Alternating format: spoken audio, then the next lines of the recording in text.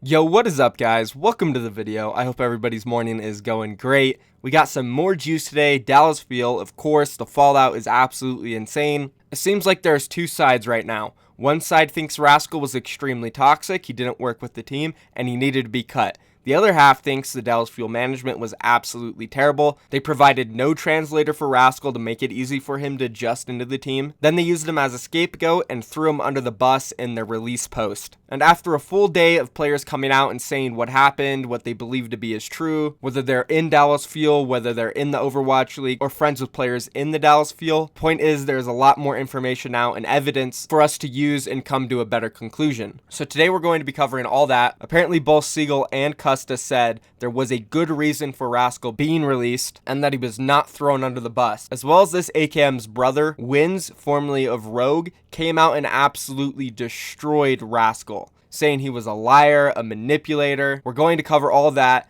And Harryhook also replied to Effect's tweet saying he is going to leave the team if things are not solved. And is Harryhook agreeing with Effect? Does he also want to leave the team? I'm not sure. We'll take a look at that tweet as well. And that's pretty much it for today, guys. Be sure if you're new here, subscribe to the YouTube channel. We hit 5,000 likes yesterday. Thank you so much, guys. Let's see if we can hit 5,000 again. Why not? All these likes really help my channel, and I appreciate it, guys. Top 10 rankings will be coming this week as soon as there is time to cover it. So you might as well drop a like for that, boys. And let's go ahead and hop into this video. All right, let's go ahead and begin this video and talk about Seagull. So apparently when Harbleu was at the Overwatch League this past week, he got together with Seagull and they talked about the Dallas Fuel. And it seems like Seagull told Harbleu a bunch of inside information, and Harbleu's got the juice. Let's go ahead and roll that clip.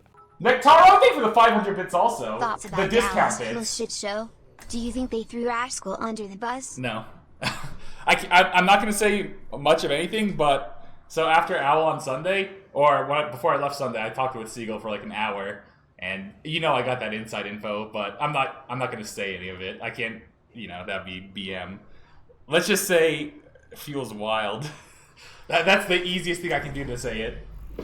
Damn, so it seems like Harbleu doesn't want to give us the juice, unfortunately, but he still did give us bits of information. I would assume that it's safe to say, because of Harbleu's quick response saying no immediately, that Seagull told him some pretty juicy details, and they would lead Harbleu to think that Rascal definitely deserved to be released and shouldn't have been on the team anymore. We didn't get any information about whether or not Seagull thinks the way they worded the statement was unfair, which is my main concern with this whole entire issue. The Dallas Fuel were completely out of line in the way they worded that statement. I understand if you need to replace a player, replace them, but don't publicly say that about a player. Very unprofessional from the organization. And the second thing I want to talk about, which Harbleu said, was that the Dallas Fuel is wild. And this is definitely something that's been floating around for a while, not too mainstream, but it is a strong opinion that a lot of people have. And it is that there is a lot of strong individual personalities on the Dallas Fuel, and they all think they know how they want to run the team or how it should be ran. These players are pretty hard-headed, and that makes it really tough to come to agreements, and a lot of them get in fights and stuff. So yeah, overall, as Harbleu said, the team is just wild. It's a mess.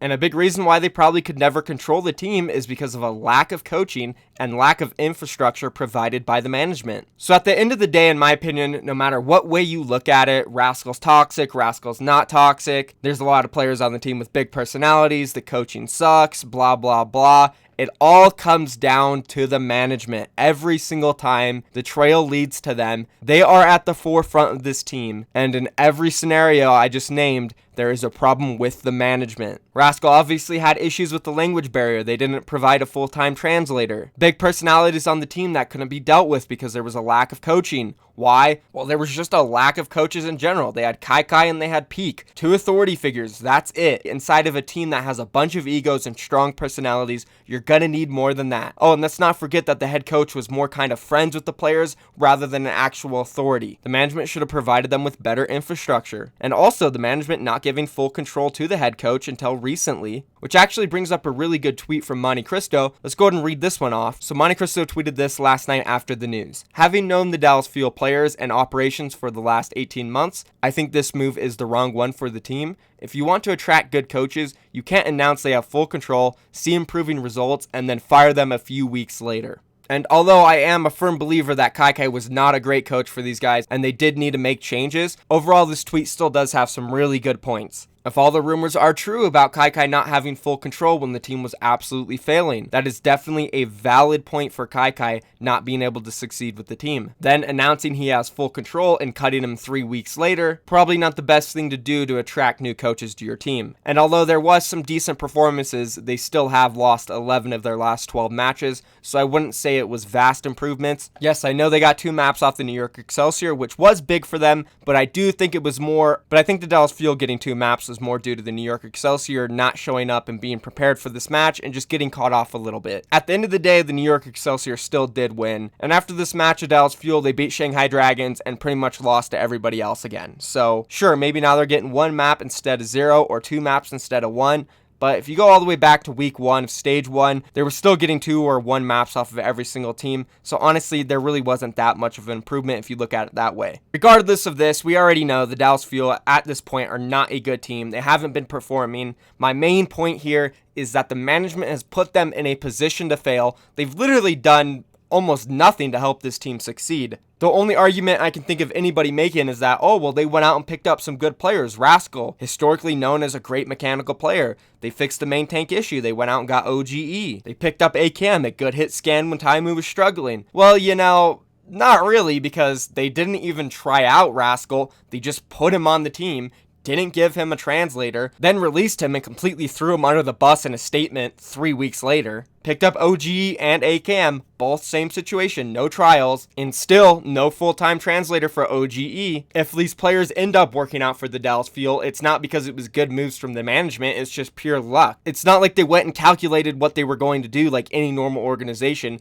They literally just took blind shots in the dark and said, let's do it. So I think you guys would all understand now where I stand on this situation. Regardless, at the end of the day, Rascal toxic or not, the management is at fault here. They've completely ruined this team and dragged it through the mud. What could have been a great Overwatch League team, top 3, top 4, top 6, whatever, is now sitting at the bottom of the league because of absolutely terrible management and infrastructure on this team. And now let's go ahead and move on and see what Custa said in his public Discord about this whole situation. Here's a screenshot right here. He said Kai was an unexpected release. As for Rascal, he was not unexpected. He did not work with the team. And of course, Dallas Fuel, let's just leave it to Custa to be the most professional one about this whole situation.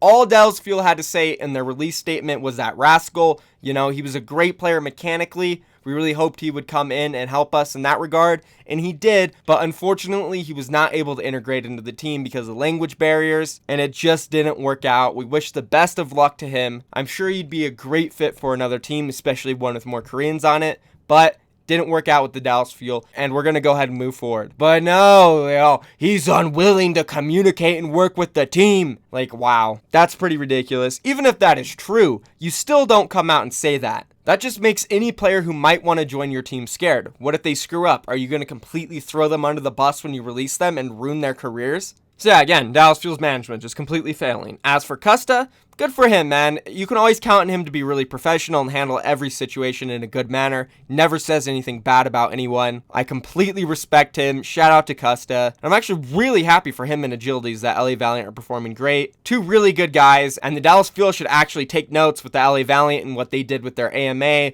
their videos being very transparent on why they made their decisions. The insight was absolutely amazing, and it helped the community completely understand why they were making decisions, and look at them now. They're performing like beasts. So good for the LA Valiant and Dallas Fuel. Take notes. Seriously. Alright, and now let's move on to this next topic, which is pretty damn juicy. So Wins, who is AKM's brother, they played on Rogue together for a very long time, obviously really close. He went out on Twitter and said this about Rascal. Rascal sure manipulated the crowd well, still being seen as this flawless little angel who only wanted the team to work harder. Evidence is out there. He got cut from 2 different teams despite his talent. He is toxic and impossible to work with. Wow, interesting. So I'm not sure what to make of this.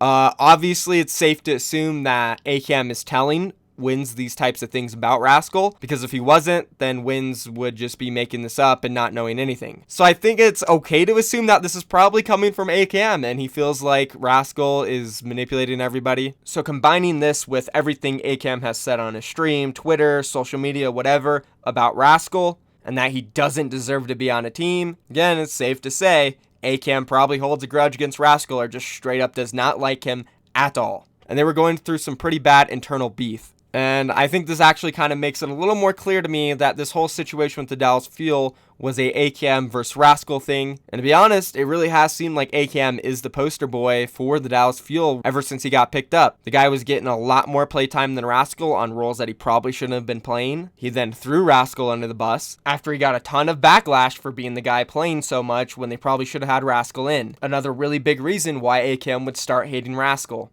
With a lot of rumors prior to AKM joining the Dallas Fuel that he would only join if he was a starter and that he only wants to start in the league, it's, again, safe to assume that AKM was upset with Rascal getting playtime over him after AKM received a bunch of backlash from the community about him playing over Rascal, and this turned into inner turmoil. And as I said, I do feel like AKM is kind of Hastro's and Tazmu's poster boy, and he has a lot of influence on the team. They did the Unco and Custa trade. I don't think they would have done this trade without AKM. I think he was 100% pushing for it. And yeah, this is all assumptions. You guys are right. It is assumptions. But I think AKM is close with Hastro. He's close with Tazmu, and they value his opinion a lot. And there must have been just absolutely major beef between AKM and Rascal. Obviously, Hastro, Tazmu, they sided with AKM. He's their guy. And boom, Rascal's gone. And now let's go ahead and take a look at this tweet from AKM himself. He said this: "I don't think Hastro getting all the hate for the recent news is fair at all. To be clear, the decision to make changes was a team decision that all the players agreed/participated on.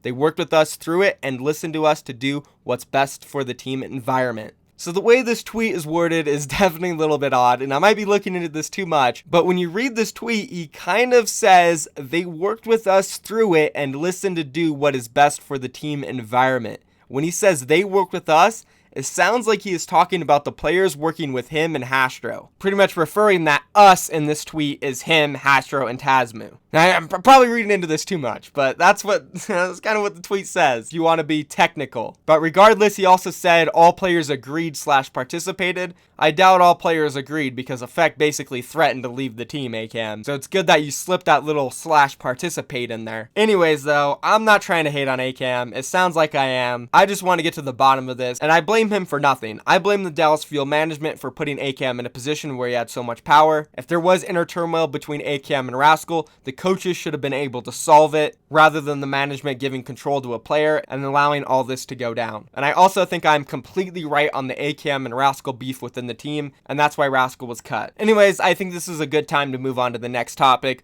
which is Harryhook responding to Effect wanting to leave the team or threatening to leave the team if changes don't happen. So earlier this morning, Harryhook said this to Effect: "Okay hand" on Twitter. Now, I have no idea what he means by this tweet. It could honestly mean anything. It could mean that he agrees with him. It could mean that it's okay hand, see you later, like whatever, we don't need you or something.